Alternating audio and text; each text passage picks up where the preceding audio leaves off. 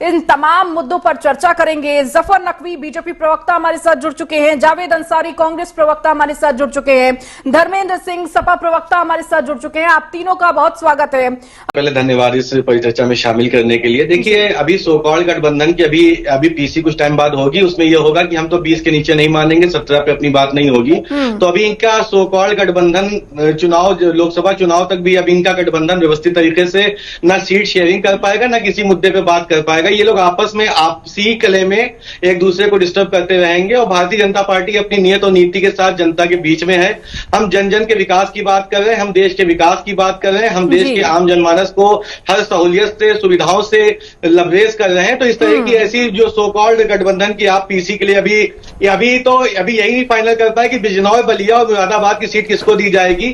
अभी सिर्फ इनके यहाँ के शगुफे होते हैं, क्योंकि जब हाईलाइट नहीं हो पाते तो कोई ना कोई एक नया लॉलीपॉप दे दिया जाता है जिसपे लगातार चर्चा होती, क्योंकि इनका सोकॉल गठबंधन बहुत लंबे समय से चल रहा है, जिसकी ना सीट शेयरिंग की कुछ क्लियरेंस हुई, ना ये क्लियर हुआ कि इनका फेस कौन है, ना ये अभी तक क्लियर हुआ कि वास्तविक तौर पे ये अभी भी जमीन पे किसी मुद्दे पे नहीं है। जब अभी आप कभी भी डिबेट पे आइए तो ये बताते हैं कि हमने ये करेंगे, हम वो करेंगे, लेकिन वास्तविक तौर पे कोई अभी इनका एजेंडा नहीं तय हुआ है। ये देश हित की किन मुद्दों पे बात करेंगे। प्रधानमंत्री नरेंद्र मोदी जी के सामने कौन वो व्यक्ति खड़ा होगा जो प्रधानमंत्री नरेंद्र मोदी जी को चैलेंज करेगा देश के 2024 के लोकसभा चुनाव के लिए।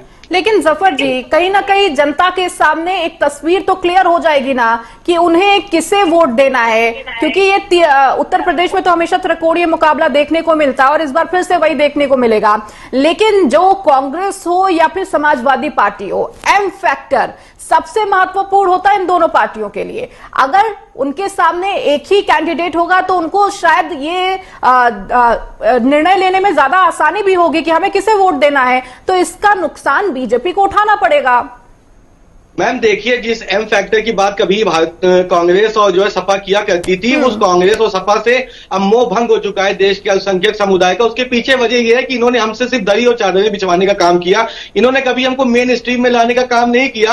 हम सूफी संवाद किए, हम पसमानदा महासम्मेलन किए, हम जन जन तक पहुंच के हम अल्पसंख्यक समुदाय को यह बता रहे हैं कि आज तक इन लोगों ने हमको केवल ठगने का काम किया। इन्होंने कभी हमको मेन स्ट्रीम में नहीं आने दिया। हमारे एक हाथ में कुरान और एक हाथ में लैपटॉप अगर किसी ने देने का काम किया, वो प्रधानमंत्री नरेंद्र मोदी जी का कुशल नेतृत्व था। अगर मुसलमान मेन स्ट्रीम में आकर बिजनेस और उद्योगों की बात कर रहा है, आईएएस पीसीएस बनने की बात कर रहा है और मेन जो एजुकेशन हब्स थे आज वहां पे अगर देश का मुसलमान है, तो 2014 के बाद ये एक नई सोच आई देश के मुसलमानों में कि हम भी मेन स्ट्रीम में आकर देश के विकास की बात कर सकते हैं और देश की तमाम उन योजनाओं में सुचारू रूप से अपने आप को सम्मिलित कर सकते हैं, जिसमें हमेशा हम देश के मुसलमानों को बैकफुट पे किया गया। प्रधानमंत्री नरेंद्र मोदी जी के कुशल नेतृत्व को देश के अल्पसंख्यक समुदाय ने स्वीकारा है और देश का अल्पसंख्यक समुदाय अब नरेंद्र मोदी के कुशल नेतृत्व के साथ है।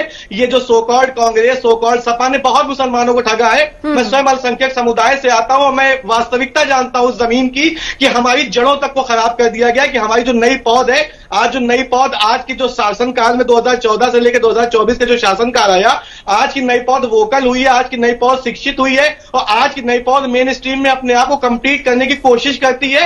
इन मोदी जी का नेतृत्व है, ये योगी का नेतृत्व है। अब किसी कांग्रेस और किसी सपा के बहकावे में देश का मुसलमान नहीं आएगा, वो मोदी जी को स्वीकारेगा, मोदी जी के कुशल नेतृत्व को एक्सेप्ट करेगा। ठीक है।